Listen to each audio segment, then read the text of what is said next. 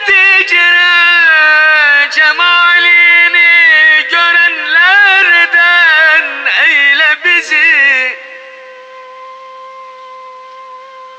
Bu dünyanın cefası çok, kim aç gezer kimisi tok. Cennet-i cemalini görenlerden eyle bizi. Şu mizanda sevabı çok olanlardan eyle bizi. Cennet-i cemalini görenlerden eyle bizi. Mahşerde halka hayran, çok yürekler ona püryan.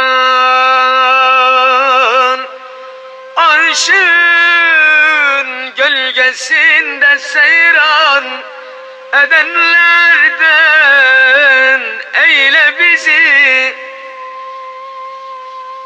Cennet-i cemalini görenlerden eyle bizi.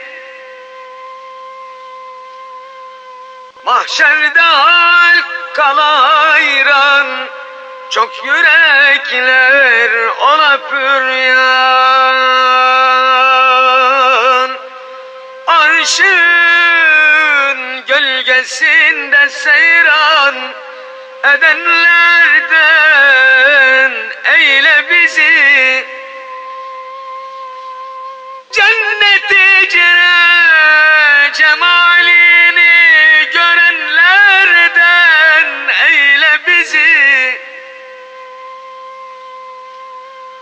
İlahi cennet evine girenlerden eyle bizi. Cennet-i cemal